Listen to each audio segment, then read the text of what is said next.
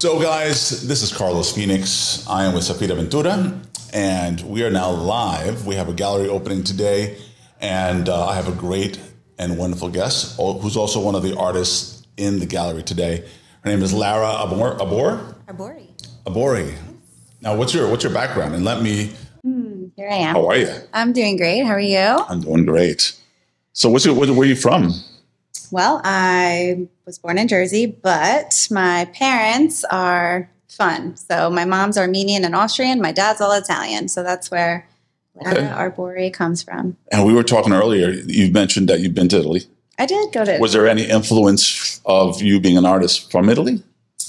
So I'm Calabrese. So I did go and get to visit and see where I wanted to see my ancestors and where they were and really feel into that. And that brought out my art form in a whole new way at that time. It was 2014, but really got me into just being out live landscapes, which I really hadn't done much of before. Mm-hmm. So it was a very organic way to just like take in the scenery, separate from some of the concepts that I was currently covering before visiting Italy. So that was, nice.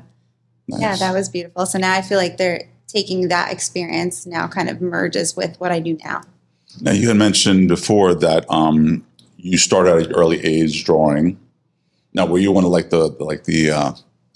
one of those folks that used to draw in the corner of your homeworks? Oh yeah, for sure. Yeah, pencil or markers. What is it? Whatever. What was your favorite? Yeah, I mean, I think pencil. I started out mostly, and it's funny because like now I do mostly. It's almost difficult for me to not have all the colors present. I very much paint the rainbow in different ways. But I did love. So all of my inspiration was. Like I had all Lisa Frank things. I don't know if you remember Lisa Frank. She had, yeah. So she's still relevant, but she had all the different animals and colors and schemes, and she had like an alien collection. So I loved her, but I really only just had a pencil in most of my classes. So I would draw like, I guess, black and white versions of that. I would draw kids in my class. I would draw whatever I was looking at. I would draw whatever I was imagining. I actually did fairly well in school somehow, but I definitely was always drawing on homework. Like I'd always get comments from my teachers that were like, this was great. And they would make little things about my doodles, whether they liked it or didn't or whatever. But it was my way of being able to pay attention. Now, what made you kind of focus on art? In other words, what made you start making pieces of art that you would want to hang or that others would want to hang? That came later in life. The first rounds, like pre-2010, so my like high school years, was more so gifts and just like, oh, wow, I love this. I love that you're doing that. I want this, you know? So it was more so people like telling me like, I would love a portrait of my dog. I would love this. This is my family member. I want you to draw them. So it was like I knew that I was giving a gift, you know? So it was about that. And also my first like high school business kind of thing was, in the back of class, I would draw on people's sneakers, draw on people's Uggs, nice. Ugg boots, you know, like that was a popular thing when I was in high school. Where was that?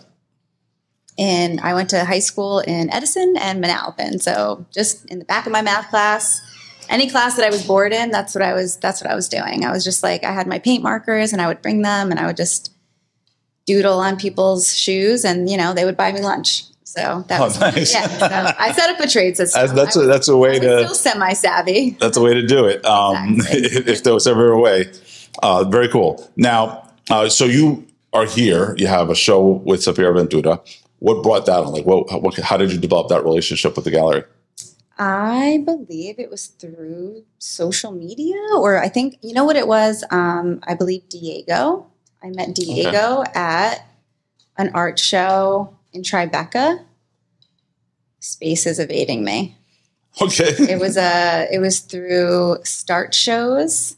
Whoever represents that right now, I can't think of any of it. What's it called? One Art Space. Got it. One Art Space. I work for One River right now, so like that got confused. Yeah. Okay. One Art Space in Tribeca. I was at a show. And we got to talking and, you know, how these things work, just like beautiful networking, whatever's meant to align aligns. And that's really nice.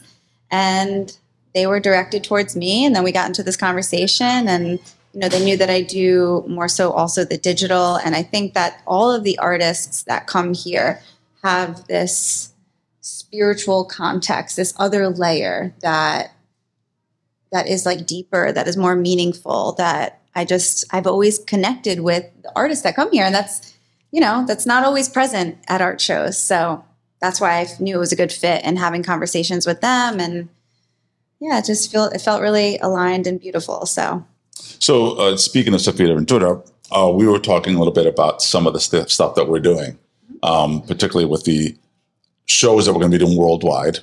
And usually what they do is in these shows, we're having shows in Egypt, we're having shows in Italy, we're having shows with Master Square Garden and so on.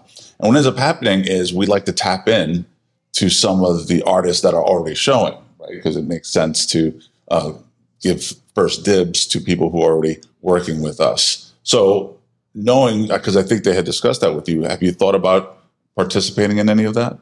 I mean, I'm ready. Sign me up. I have a suitcase, I'm game. Well, the fun part is the travel, right? I mean, I'm just I'm very open to experiencing life and bringing my vision of where my ideas come from to other people. And the point is to create connections and to create, anyone that comes into contact with the work and is able to look a little bit deeper into themselves and see things in a different perspective with a new language, through a new color. That's why I do what I do. And if I'm able to be some sort of catalyst or some sort of middle person in between there to watch that transformation, because then their eyes light up and then it lights me up. Right. And then I get to see things in a new way too. So it's kind of like the perpetual student, teacher, artist cycle. Nice. Now, there's something that triggered in my head, but now it's leaving. But so is this your first show with Sofia Ventura, or have you done prior shows? This is the first physical show, yes. Mm-hmm. Physical? Yeah. I'm trying to think. I've been in contact with them for a while. I don't, gotcha. I don't know if there was I didn't know if you meant you've also done digital. Online show at some point. Possibly. So we are playing around with the metaverse. Sure.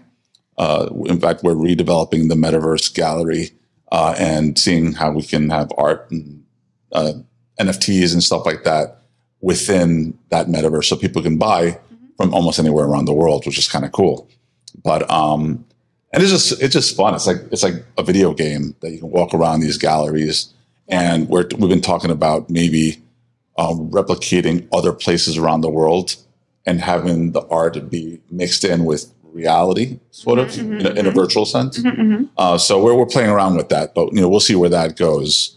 I'm hoping for the best on that, because it's a lot of complexity as well. It's a lot of work. Yeah, it was really cool to see at Scope, Sofia Ventura was there, and they were the only ones that had the NFTs, and it was very engaging, because after a while, especially for someone who's maybe not, they just came with their friend and whatever. Someone who's maybe not super engaged in the arts, I could look at every piece for at least 5 minutes and feel something and think something and want to talk about it. That's how I am. But for the general public, that, for them walking around, I saw the group of people that were just okay, cool, this is now different, because we're in the age of Aquarius. This is the technology age where we're breaking out of the old systems and the old rules and, this typical thing. And there's a lot of art galleries now that are looking outside the box of what was. And I think that's important for us to be engaged in that process and be more interested in advancements and different things that could be just cool and different.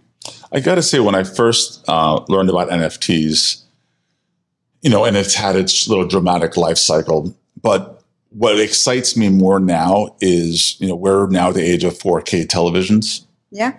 And a lot of people are just hanging these big 65, 70-inch TVs on their walls. And it's not only for movies, because now you can get a nice high-resolution image of a piece of art. The next generation of TVs are going to be 8K, which is ridiculous. But you'll be able to walk up to the TV with a magnifying lens, and you're replicating walking up to a painting with a magnifying lens. And so the value of being able to have an appreciation for art makes it a little bit more accessible than trying to get an oil painting that over time can discolor and all that type of stuff. But, I digress. Just the excitement of where NFTs can bring art to population, I think, is part of the excitement for me. Sure. And now that I'm involved in that, I think it's more exciting. So, hey, I was excited when I saw at one point I went to my friend's house and they had the crackling fire on the TV. I was game for that, So if we're going to put art on this, let's go. That's what we're doing. Yeah, especially if you can play around with it. I mean, I'm not going to get into the AI conversation, but if you can play around with your art and have some motion. Yeah. I mean, there's so many now apps, because a lot of people that I know, when I was doing illustration work, have shifted to digital. And so I got a buddy of mine, and Kevin, if you're watching, what's up, man? Who now does really high detailed work, paintings in Photoshop for Warner Brothers. And they sell big prints of the artwork on canvas. Sure. And it's insane, the level of detail and the quality of work. And he was a traditional artist. And a lot of my friends who were getting hired doing traditional art are now getting hired doing digital art or book covers, album covers, whatever else. So there's still that level of skill that's necessary to make that kind of art. You're looking at one of them. There you go. So you do digital illustration. All right. So since you do, what applications are you using? Is it like Photoshop, or what kind of stuff are you using to do your digital art? So funnily enough, throwback to high school times when I was, drawing on UGG boots. I used to escape my graphic arts program. Every class, even in college, I used to not show up. I would be like, nope, I want to be in the fine art. I want a studio. I want to throw paint around. I want to figure this out. I don't want to touch buttons, right? I was very firm on that for whatever reason. Okay. And then it wasn't until 2 years ago when I was like, okay, it's time for me to open my mind. And, I got the iPad with the Procreate, and I started to use the pen, and I was like, okay, there's so many things that I could do now. And it really did. It opened me up, because now I could take one idea, even if I start sketching something in real time, I could take a picture of that, put it on Procreate, do it in so many different ways. Because when you're painting something, it's I do have now it's I almost have more ideas. So for me, I feel it expanded my capabilities because of my ideas. And now if I can freeze that moment of time of this physical painting and then put it on Procreate or Photoshop, which I'm learning Photoshop, not there yet because that's more buttons. It is. But Procreate, I could just take the pen and wave the magic wand and make it happen. There's more things that I could do. So I can create it in this dimension and then, duplicate the same image and then do the other idea that I had for it. And then I can almost compare and contrast my own brain ideas. Now, speaking of Procreate, let's test your tech savviness. Are you familiar with the new Dreams that they're coming out with? Dream? Yes, Procreate. Nope. Don't know. All right, very cool. So we're going to geek out a little bit, guys, so don't fall asleep yet. So Procreate Dreams is a separate application using a lot of what they've learned in Procreate, but now you can do animation. Full blown, Disney-esque animate, or higher animation. Is it DreamWorks? Is it from? No. It's just checking. It's just a great team. So there's no AI. There's no digital keeping of techniques or anything like that. They're totally respecting the artist itself, but giving you amazing layers and tools to be able to take the same artwork you'd normally be doing, but now allowing you to really shift it to movement. And you can do a cartoon in a fraction of the time solo, as opposed to having a team of animators. Wow. So I hope you guys look it up, and I hope you enjoy it when it comes out, because it sounds like it's something that's right up your alley. Sure. Oh, and the best part. So it's giving you professional animation tools, same brushes, all that type of stuff. So you're already going to be familiar with that. $20, one-time fee. No subscription. I feel like I'm promoting Procreate. You guys owe me money. I mean, sign them up. It's the Fear of Ventura. It only makes sense. $20. Now it's coming out, I think, November. So, but you mentioned it, so I thought maybe you were already familiar and excited about it. But now you have time to be excited about it. Like I said, I'm late to the game, but I'm here for it. So I'm ready for the information. You tell me what I need. Have you played with Fresco? Fresco. It's Adobe. That's one of my friends' names. Hey, Fresco. Somebody. I have not. Okay. But It's just another painting tool that I think can take your illustration painting styles and whatever and turn it to vector. And it is from Adobe. So digital tools for those who didn't know. And I'm just checking to see if anybody's making any comments. Oh, there it is. So what's up, Gani? Hello, how are you? And you can see their comments there on screen. So he's or she's. I'm sorry, I don't know either or, but you're an artist from Algeria. So thank you so much for joining. And this is live, so you can see that I'm interacting with you, Gani, and welcome to the show. So we're hoping to do more of these as we have gallery openings and shows and present some of the artists that we have, and also give you an opportunity to make comments or ask questions. So if you have any questions, feel free to put them on, and I'll be able to put this on screen. We'll be able to answer those questions and so on. Whether it's art techniques or what inspired you or whatever kind of questions you have, feel free. We're all open for it, and it just makes for more interesting content. So thank you. So tell me more. Where can people find you? So over the years, the artwork that I did post 2010, so I talked a lot about like earlier life. I stopped creating at some point and had kind of like this near death experience that woke me up in a different way.